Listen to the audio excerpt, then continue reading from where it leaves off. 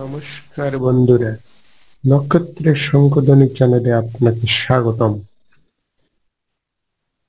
12ই ফেব্রুয়ারি 2025 রাত 9টা 40 মিনিটে সূর্য কুম্ভ রাশিতে গোচর করবে। জ্যোতিষে সূর্যদেব ব্যক্তির পরিচয়, আবিষ্কার, ইচ্ছাশক্তি এবং স্বয়ং প্রতিনিধিত্ব করে। কুম্ভ রাশিতে সূর্যের গোচরের ফলে যেসব রাশিদের ক্ষেত্রে সফলতা মিলবে,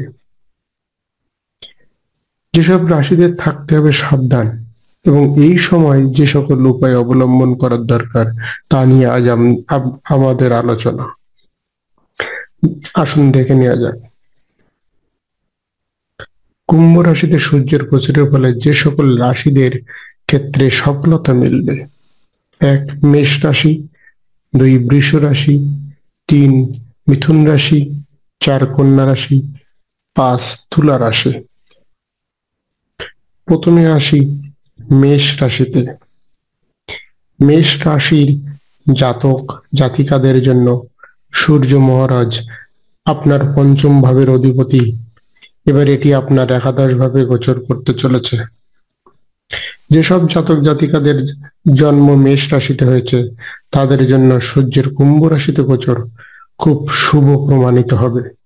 এই সময়ে আপনি আপনার লক্ষ্য অর্জন করতে সক্ষম হবেন এবং আপনার প্রচেষ্টা থেকে সাফল্য পাবেন।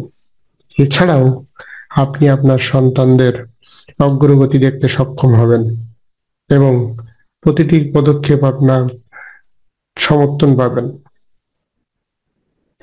পেশাগত জীবনে আপনি কিছু বড় উপলব্ধি আপনার নাম করতে সফল হবেন। তার সাথেই আপনার প্রশংসার পাশাপাশি পুরস্কার এবং পদোন্নতি পাওয়ার সম্ভাবনাও রয়েছে।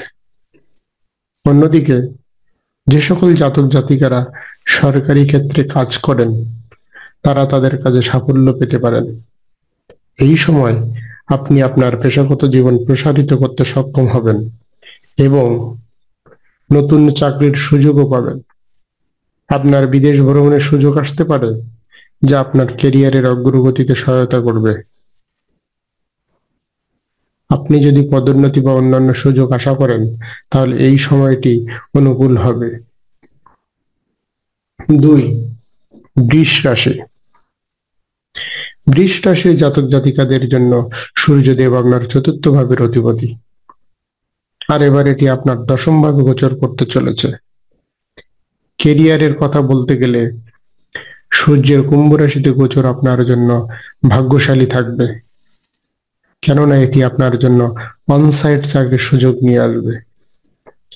এই ব্যক্তিরা বিদেশ থেকে কিছু দুর্দান্ত চাকরির সুযোগও পেতে পারেন এবং এই সুযোগগুলি আপনার জন্য খুবই ফলপ্রসূ প্রমাণিত হবে, কারণ এই সুযোগগুলি আপনাকে অগ্রগতির পথে নিয়ে যেতে পারে।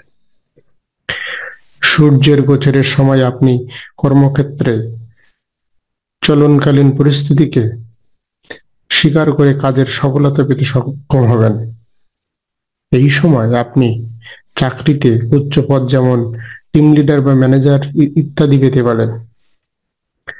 যাদের নিজস্ব ব্যবসায় আছে তাদের বিদেশ থেকে পাওয়া সুযোগগুলি তাদের সফল হতে সাহায্য করবে, কারণ এর মাধ্যমে আপনি প্রচুর অর্থ উপার্জন করতে পারবেন।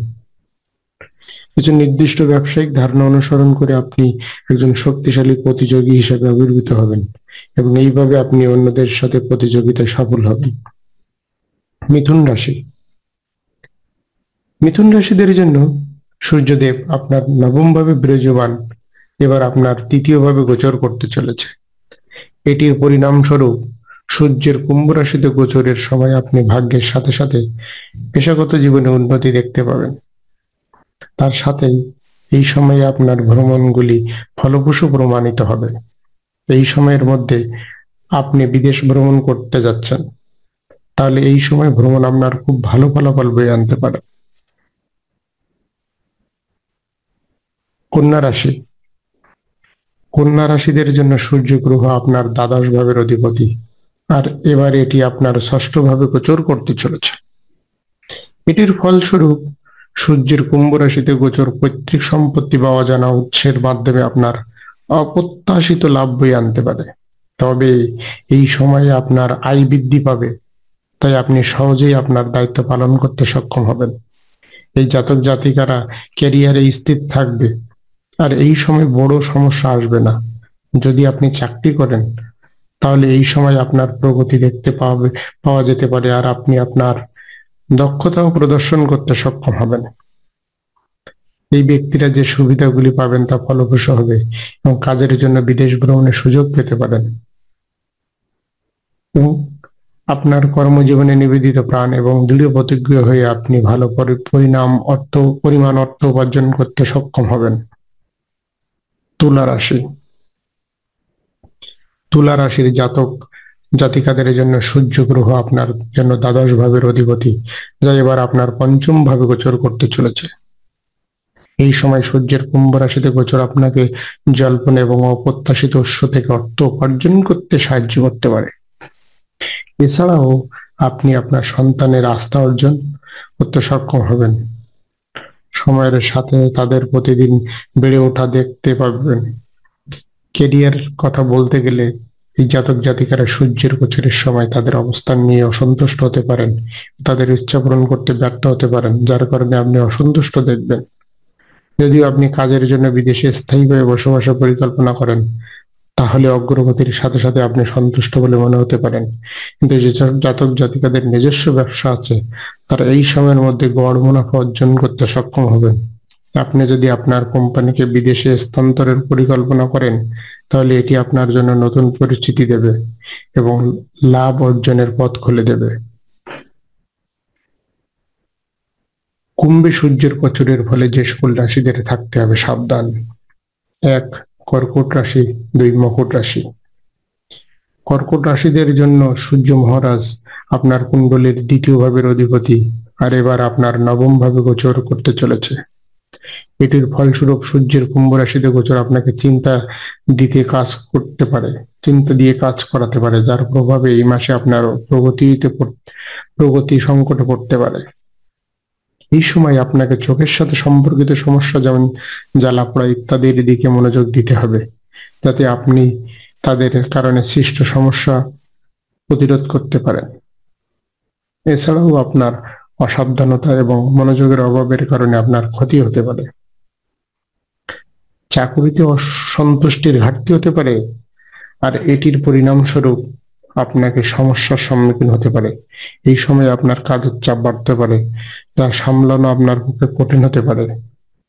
তার সাথে সহকর্মীদের সাথে সৌহার্দ্যপূর্ণ সম্পর্ক বজায় রাখা আপনার পক্ষে কঠিন হবে, যা আপনার সমস্যা বাড়িয়ে তুলতে পারে। মকর রাশি। মকর রাশির জাতক জাতিকাদের জন্য সূর্য মহারাজ আপনার অষ্টম ভাবের অধিপতি, আর এটি এখন আপনার দ্বিতীয় ভাবের গোচর করতে চলেছে। এই জাতক জাতিকাদের মনে নিরাপত্তাহীনতার অনুভূতি জাগতে পারে এবং এটি আপনার অগ্রগতির পথে বাধা হয়ে দাঁড়াতে পারে। এছাড়াও পৈতৃক সম্পত্তি এবং ফটকাবাজির মাধ্যমে অপ্রত্যাশিত উৎসের মাধ্যমে আপনি আকস্মিক লাভ পেতে পারেন। যদি আপনার অন্তর্দৃষ্টি যথেষ্ট ভালো হয়, তাহলে এই সময়ে আপনি নিজেকে জানতে এবং বুঝতে সক্ষম হবেন। এছাড়াও আপনি আপনার ব্যক্তিত্বের ইতিবাচক দিকগুলি জানতে সক্ষম হবেন।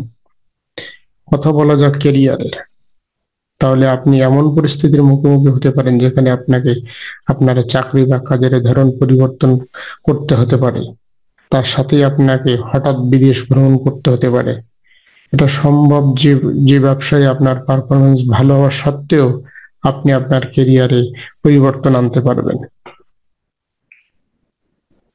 এই সময় ভালো থাকতে হলে যে উপায়গুলো অবলম্বন করতে হবে তা হলো: প্রতিদিন সকালে তামার পাত্রে সূর্যদেবকে জল অর্পণ করুন। প্রতি রবিবার আদিত্য স্তোত্র পাঠ করুন। দরিদ্র বা অভাবী ব্যক্তিদের লাল রঙের পোশাক দান করুন। গরিবদের ডাল দান করুন। আপনার সামর্থ্য অনুযায়ী অসহায় মানুষের সেবা করুন। ধন্যবাদ। ভিডিওটি ভালো লাগলে লাইক, কমেন্ট ও সাবস্ক্রাইব করতে ভুলবেন না।